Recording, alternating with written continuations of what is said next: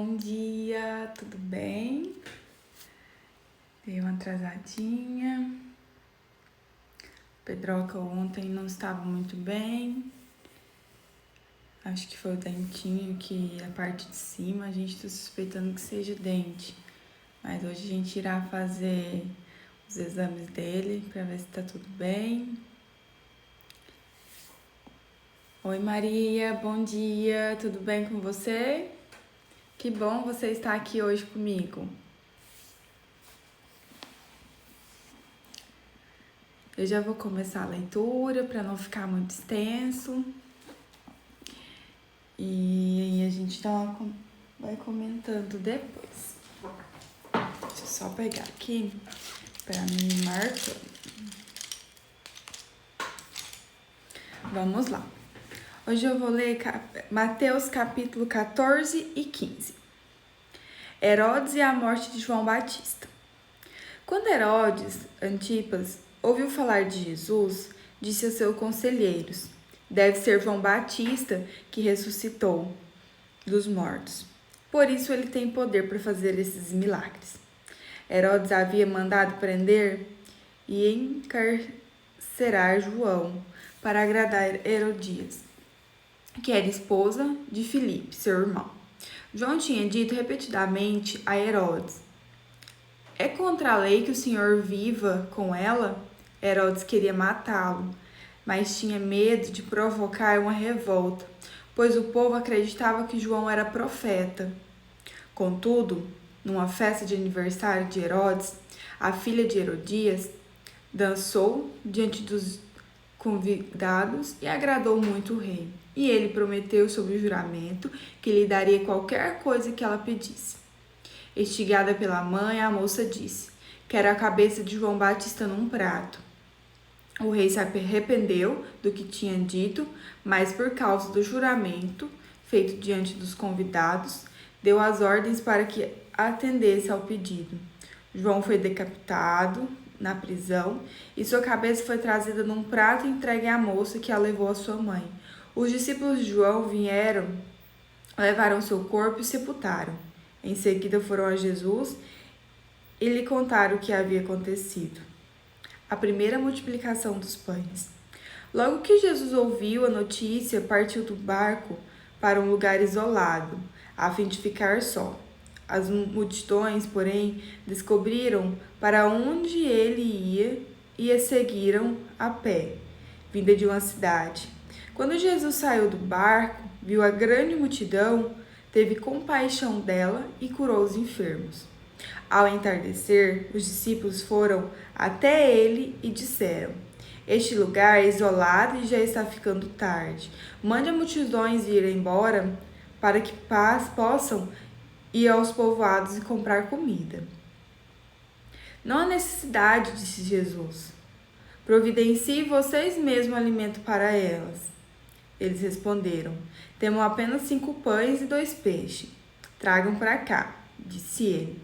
Em seguida mandou o povo sentar-se na grama, tomou-se os 5 pães e 2 peixes, olhou para o céu e os abençoou. Então, partiu os pães em pedaços e entregou aos seus discípulos distribuírem às multidões. Todos comeram à vontade, e os discípulos recolheram 12 cestos com as sobras. Os que comeram foram cerca de 50.000 homens, sem contar mulheres e crianças. Jesus anda sobre as águas.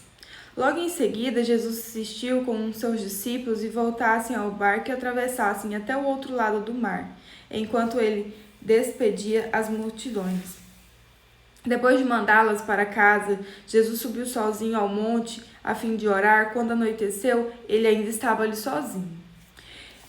Enquanto isso, os discípulos distantes da terra firme lutavam contra as ondas, pois um vento forte havia se levantado. Por volta das 3 da madrugada, Jesus foi até ele, caminhando sobre as águas. Quando os discípulos o viram caminhando sobre as águas, ficaram aterrorizados. É um fantasma, gritaram cheios de medo. Imediatamente, porém, Jesus lhe disse: Não tenha medo, coragem, sou eu. Então Pedro gritou: Se é realmente o Senhor, ordena que eu vá caminhando sobre as águas até onde está. Venha, respondeu Jesus.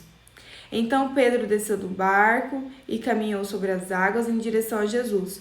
Mas quando reparou no vento forte e nas ondas, ficou aterrorizado. Começou a afundar e gritou: Senhor, salve-me! No mesmo instante, Jesus estendeu a mão e segurou. Como é pequena sua fé, disse ele. Por que você duvidou? Quando entraram no barco, o vento parou. Então os outros discípulos adoraram e exaltaram. De fato, o Senhor é Filho de Deus. Jesus cura enfermos. Depois de atravessarem o mar, chegaram a Geneária. Quando o povo reconheceu Jesus, a notícia de sua chegada se espalhou rapidamente por toda a região e trouxeram os enfermos para que fossem curados. Suplicavam que ele deixasse os enfermos apenas tocar na borda de seu manto, e todo o que tocaram era curado. Ensino sobre a pureza interior. Então alguns fariseus e mestres da lei chegaram a Jerusalém para ver Jesus e lhe perguntaram: por que seus discípulos desobedeceram à tradição dos líderes religiosos? Eles não respeitam a cerimônia de lavar as mãos antes de comer? Jesus respondeu: e por que vocês, com suas tradições, desobedecem os mandamentos de Deus? Pois Deus ordenou: honre seu pai e sua mãe.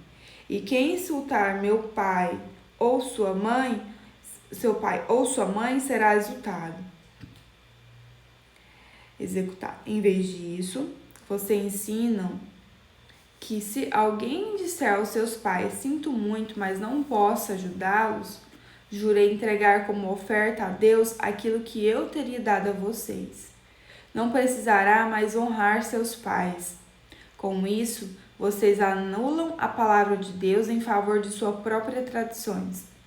Hipócritas, Isaías tinha razão. Quando assim profetizou a seu respeito, esse povo que honra com os lábios, mas o coração está longe de mim.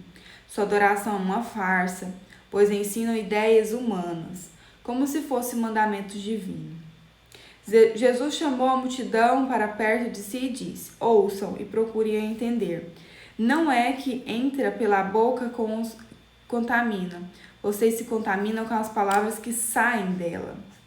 Então os discípulos vieram e perguntaram: o senhor sabe que se ofendeu os fariseus com isso que acabou de dizer? Jesus respondeu: toda planta do meu pé celestial não plantou será arrancada pela raiz. Portanto, não faça caso deles. São guias cegos conduzindo os cegos, e se um cego conduzir outro, ambos cairão numa vala.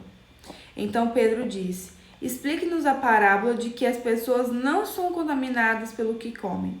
Então, não entendem? Jesus perguntou. Tudo que comem passa pelo estômago e vai para o esgoto. Mas as palavras vêm do coração, e isso que os contaminam. Pois do coração vêm maus pensamentos, homicídios, adultérios, imoralidade sexual, roubo, mentira, calúnia. São essas coisas que contaminam. Comer sem lavar as mãos não os contaminará. A mulher cananeia. Então Jesus deixou a Galileia rumo a norte para a região de Tiro e Sidom. Uma mulher cananeia que ali morava veio a ele, suplicando: Senhor, filho de Davi, tenha misericórdia de mim. Minha filha está possuída por demônios que a atormentam terrivelmente. Jesus não disse uma só palavra. Em resposta, então, os discípulos insistiram para ele: mande-as ir embora. Ela não para de gritar atrás de nós. Jesus disse à mulher: fui enviado para ajudar apenas as ovelhas perdidas do mundo de Israel. A mulher, porém, se aproximou, ajoelhou-se diante dele, implorou mais uma vez: Senhor, me ajuda. Jesus respondeu: não é certo tirar comida das crianças e jogá-la aos cachorros. Senhor, é verdade. No entanto, até os cachorros comem as migalhas que caem da mesa de seus donos. Mulher, sua fé é grande, disse-lhe Jesus. Seu pedido será atendido. E no mesmo instante, a filha dela foi curada. Jesus cura muitas pessoas.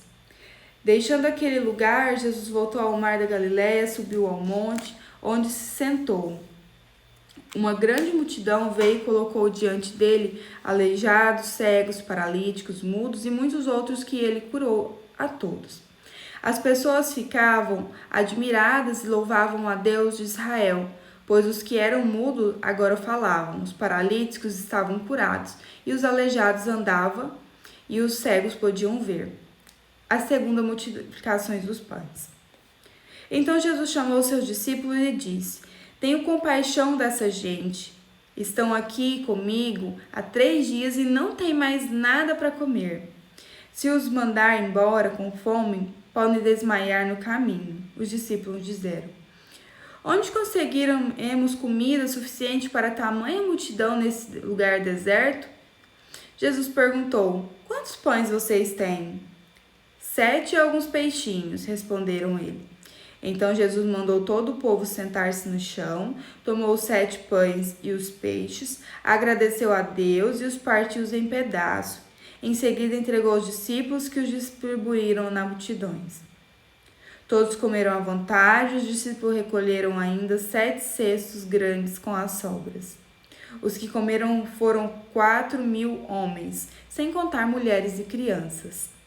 Então Jesus os mandou para casa, entrou num barco e atravessou toda a região de Magadá. Que leitura, né? Eu estava bem desanimada agora há pouco. Pedro ontem deu uma febre, como diz o doutor. É a primeira febre que vocês estão passando? Falei assim, doutor, e é desesperador, mesmo que seja a primeira. E eu torço para que seja a última. E ontem, quando o Pedro passou muito mal, que ele já estava beirando 40 graus de febre, que eu me assustei bastante, eu pedi pro Jamerson pegar o dipirona, né? E a gente tentou dar pra ele, porque ele não toma de forma nenhuma, ele não bebe. Só que naquele pico de febre, ele tava no meu colo já muito mole, eu falei assim, nós vamos ter que aplicar direto. Eu acabei dando dipirona pra ele, mas ele não engoliu. E ele fez ânsia e vomitou tudo que tinha. E aquilo, ele ficou muito mole, e aquilo me desesperou. Falei, meu Deus, o que eu vou fazer, né? E aí, nisso, o Jamerson foi dar banho nele, eu já comecei a ligar pro pediatra dele, pra ver se ele tava na cidade, pra atender. E ele tava, e a gente já correu pra lá com ele. E nesse meio tempo, quando eu peguei o Pedro no banheiro, eu abracei ele bem forte, e agradeci e pedi para Deus, né, que não deixasse que nada de mal acontecesse. E que curasse ele, né, qualquer coisa que ele tivesse. E ele muito, muito quente mesmo.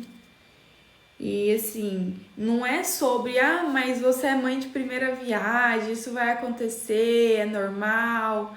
Não, para uma mãe, gente, nunca é normal. Só quem é mãe para saber, né? Por mais que seja normal uma febre, nunca é normal, dá sempre o medo.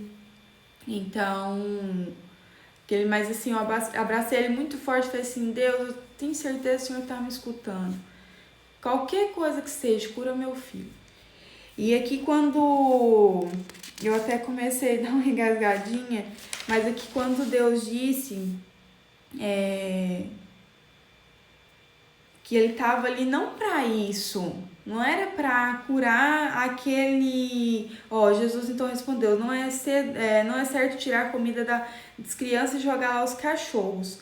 Porque ele estava dizendo que ali ele não era certo ele fazer o que a mulher estava pedindo, sendo que ele não estava ali para aquilo.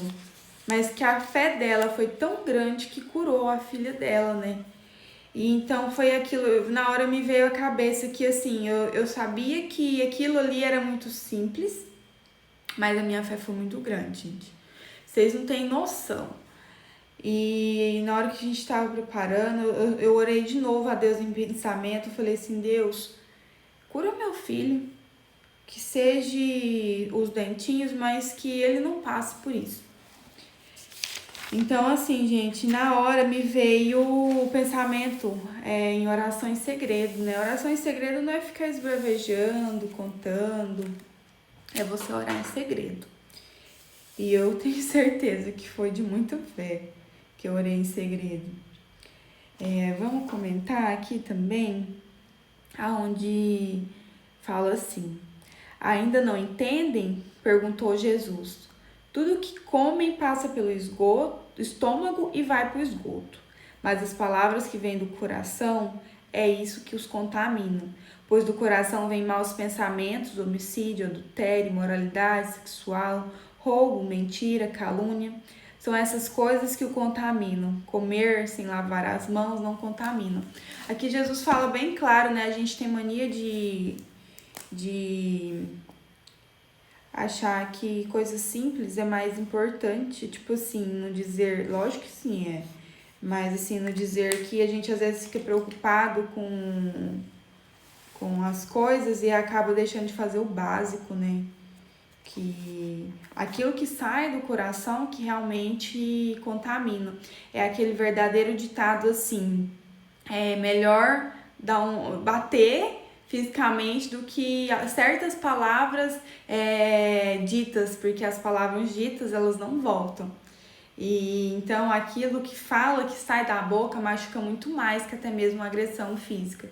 A agressão a agressão verbal, ela é muito mais pesada e aquilo fica muito mais marcado do que uma agressão física. Não estou dizendo que agressão física não seja certo, gente, pelo amor de Deus. Só apenas citando que a verbal ela é muito mais forte do que uma agressão física, tá?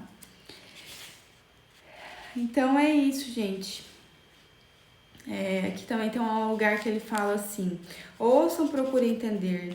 Não é o que entra pela boca que os contamina, vocês se contaminam pelas palavras que saem. É o que falou ali também, né? Então, policie o que sai da sua boca. Ontem eu falei sobre positividade. Então, policie, porque as palavras têm muito poder. Então, que saia da sua boca palavras positivas. Não importa o momento que você esteja. Ontem, durante a oração, eu fiz uma afirmação. Tenho certeza, eu confio no Senhor e eu sei que Ele vai ficar bem.